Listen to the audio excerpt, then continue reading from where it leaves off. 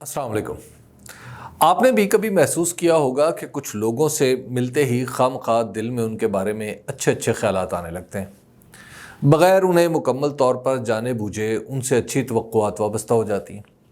ایک بار کسی کے بارے میں یہ تاثر قائم ہو جائے تو پھر آپ ایسے شخص کے بارے میں منفی ترین بات سن کر بھی یقین کرنے سے گریز کرتے ہیں۔ میرے ساتھ یہی معاملہ جہانگیر خان ترین کے حوالے سے ہوا۔ کوئی 20 برس پہلے کی بات ہے کہ میں کراچی سے معیشت کی رپورٹنگ کیا کرتا تھا۔ ایک بار میرے ایڈیٹر نے ذمہ داری دی کہ لاہور جاؤ اور زراعت کی صورتحال کے بارے میں رپورٹ کرو۔ لاہور آ کر دوست صحافیوں سے پنجاب کے ماہرین زراعت کی فہرست مانگی تو اس میں جہانگیر خان ترین کا نام بھی تھا۔ میں ان سے اتنا ہی واقف تھا کہ وہ مسلم لیگ ق کے ایک MNA ہیں اور بس۔ اس وقت وہ وزیر اعلیٰ پنجاب چودھری پرویز الہی کے ساتھ کام کر رہے تھے اور 90 شارع قائد اعظم یعنی مال روڈ کے ایک کمرے میں بیٹھا کرتے تھے۔ میں وقت لے کر ان کے پاس چلا گیا اور جیسے ہی ان سے ملا میرے ذہن پر ان کے بارے میں ایک مثبت تاثر قائم ہو گیا۔ اس ملاقات کے کچھ ہی عرصے بعد وہ وفاقی وزیر برائے صنعت و تجارت بن گئے۔ ان کی وزارت چونکہ معیشت سے متعلق تھی، اس لیے میں ایک رپورٹر کے طور پر انہیں پہلے کراچی اور پھر لاہور میں کور کرتا رہا۔ انہوں نے اپنی وزارت میں بہترین لوگوں کی ایک ٹیم بنائی اور دیگر وزراء کے مقابلے میں کافی بہتر کام کر کے دکھایا۔ ان کے بارے میں کبھی کسی نے دبی زبان میں بھی کسی مالی سکینڈل کی بات نہیں کی، یا کم از کم ایسی کوئی مضبوط بات نہیں کہی کہ مجھے اس پر یقین آ جاتا۔ میں انہیں سیاستدان سے زیادہ ٹیکنوکریٹ سمجھتا تھا اور اس وقت شاید وہ خود کو بھی ٹیکنوکریٹ ہی سمجھتے تھے۔ ان کی سیاست کا باقاعدہ آغاز جنرل پرویز مشرف کے اقتدار کے خاتمے کے بعد ہوا اور اتفاق سے میں بھی معیشت سے سیاست کی رپورٹنگ کی طرف آ گیا۔ سیاست میں اس وقت ان کی حیثیت ہر چند کہیں کہ ہے نہیں ہے والی تھی، البتہ 3 سال بعد انہیں تحریک انصاف کا کارواں مل گیا تو فوراً ہی ان کا شمار اس جماعت کے شہ دماغوں میں ہونے لگا۔ عمران خان اور ان کے درمیان تعلق اتنا گہرا ہو گیا کہ من و تو کا فرق ہی مٹ گیا۔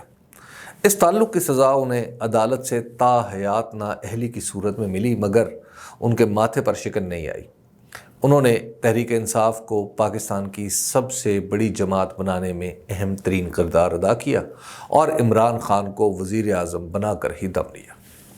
اقتدار میں آئے تو حاسدوں کی فتنہ انگیزیاں، پارٹی کے اندر انفرادی اختلافات اور چھوٹے لوگوں کی عمران خان تک رسائی نے اتنی پیچیدگیاں پیدا کر دیں کہ وہ عمران خان سے دور ہوتے چلے گئے۔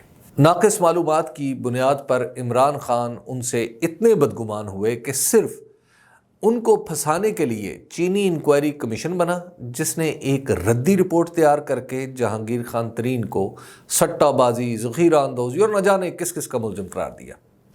یہ ایسے دن تھے کہ وہ وزیر اعظم کے مشیر برائے احتساب شہزاد اکبر کے پھیلائے ہوئے قانونی جال میں اذیتیں جھیل رہے تھے۔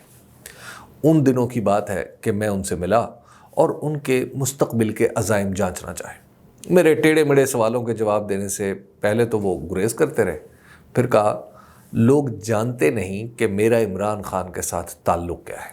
میں کبھی ان کی حکومت کے خلاف نہیں جا سکتا، چاہے کچھ بھی ہو جائے، اور یہی بات میں اپنے دوستوں کو بھی سمجھاتا ہوں۔ اس کے بعد میرے سوالات ختم ہو گئے۔ چینی انکوائری رپورٹ کا انجام بھی سرکاری دفتروں کی ردی سے زیادہ کچھ نہیں ہوا۔ ہونا تو یہ چاہیے تھا کہ اس کے بعد عمران خان اور ان کے درمیان معاملات درست ہو جاتے، لیکن کچھ غلط فہمیاں ایسی گہری ہو گئیں کہ تجدید تعلقات کی نوبت ہی نہ آ سکی۔ ایک بار ہلکے پھلکے پیغامات کا تبادلہ ہوا، لیکن بات آگے نہیں بڑھی۔ اس کی وجہ وہی کہ عمران خان اپنی ہی پارٹی کے بونوں کے نرغے میں آئے ہوئے تھے۔ چند ہفتے پہلے جب عدم اعتماد کی بات شروع ہوئی تو میرا خیال تھا کہ جہانگیر ترین اس کھیل کا حصہ نہیں بنیں گے۔ اب ان کے حوالے سے تو نہیں، لیکن ان کے ارد گرد جمع PTI سے ناراض اراکین اسمبلی کے ذریعے سے بار بار خبر ملتی ہے کہ ان کے نام پر بنا یہ گروپ عدم اعتماد میں اپوزیشن کا ساتھ دینے کی سوچ رہا ہے۔ ظاہر ہے یہ لوگ ہمارے اکثر اراکین اسمبلی کی طرح اپنی ذات اور اپنے حلقے سے اوپر اٹھ کر سوچنے سے ہی معذور ہیں، اس لیے ان سے کسی اعلیٰ مقصد کی توقع ہی نہیں کی جا سکتی۔ یہ لوگ اپنے مفاد کی خاطر وفاداری بدلنے کو بھی کچھ غلط نہیں سمجھتے، مگر جہانگیر ترین کا معاملہ دوسرا ہے۔ انہیں جب بھی حکومت ملی انہوں نے کچھ اچھا کرنے کی کوشش کی۔ تحریک انصاف میں رہ کر انہوں نے اپنی سیاسی زندگی کا بہترین دور دیکھا اور شاید بدترین بھی۔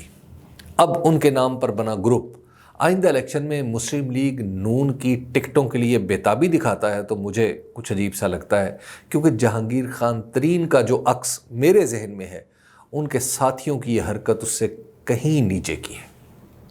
کیا وہ لوٹا بننے کے لیے بےتاب چند لوگوں کے ہاتھوں میں گیرغمال ہو چکے ہیں؟ ظاہر ہے وہ اپنی سیاست کا فیصلہ کرنے میں آزاد ہیں، لیکن میرے ذہن میں یہ سوال ضرور اٹھتا ہے کہ اب کیا وہ مسلم لیگ نون یا پیپلز پارٹی کی تیسری چوتھی صف میں شامل ہو کر اپنی ہی بنائی ہوئی جماعت کو تباہ کریں گے؟ ایمانداری کی بات یہ ہے کہ میرے ذہن میں 20 برس پہلے ان کا جو تاثر قائم ہوا تھا وہ آج بھی برقرار ہے۔ شاید اسی لیے سیاست کی بے رحمی سے کافی حد تک آگاہ ہونے کے باوجود میں یہ ماننے کے لیے تیار نہیں کہ جہانگیر ترین ایسا کر سکتے ہیں۔ جہانگیر ترین کے لیے بہترین راستہ یہی ہے کہ وہ اس مشکل وقت میں تحریک انصاف میں واپس چلے جائیں، چاہے تحریک انصاف ہار جائے مگر وہ جیتے ہوئے نظر آئیں گے۔ واپسی کے اس راستے کے 2 ہی طریقے ہو سکتے ہیں، جن میں سے ایک ان کے لیے دشوار ہے اور دوسرا عمران خان کے لیے۔ ان کے لیے دشوار طریقہ یہ ہے کہ کھل کر تحریک انصاف کی حمایت کا اعلان کر دیں اور بتا دیں کہ یہ ان کی بنائی ہوئی جماعت ہے جس کا ٹوٹنا انہیں گوارا نہیں۔ عمران خان کو تردد یہ کرنا ہوگا کہ فون اٹھائیں اور بدگمانیاں دور کر کے اپنے دوست کو پوری عزت کے ساتھ واپس لے آئیں۔ جہانگیر ترین پر جتنے الزامات لگے تھے وہ بنیادی طور پر حسد کی پیداوار تھے، قانونی طور پر ان کی کوئی حیثیت نہیں اور وہ ان الزامات کا سامنا بھی عدالتوں میں کر چکے ہیں، لہٰذا اصولی طور پر بھی ان کی واپسی ممکن ہو سکتی ہے۔ سوال بس یہ ہے کہ پہل کون کرے گا۔ کتابوں میں پڑھا ہے اور بزرگوں سے بھی سنا ہے کہ ایسی صورتحال میں پہل بڑے کو ہی کرنا ہوتی ہے۔ اس وقت عمران خان بڑے ہیں تو پہل کرنا بھی انہی کی ذمہ داری ہے۔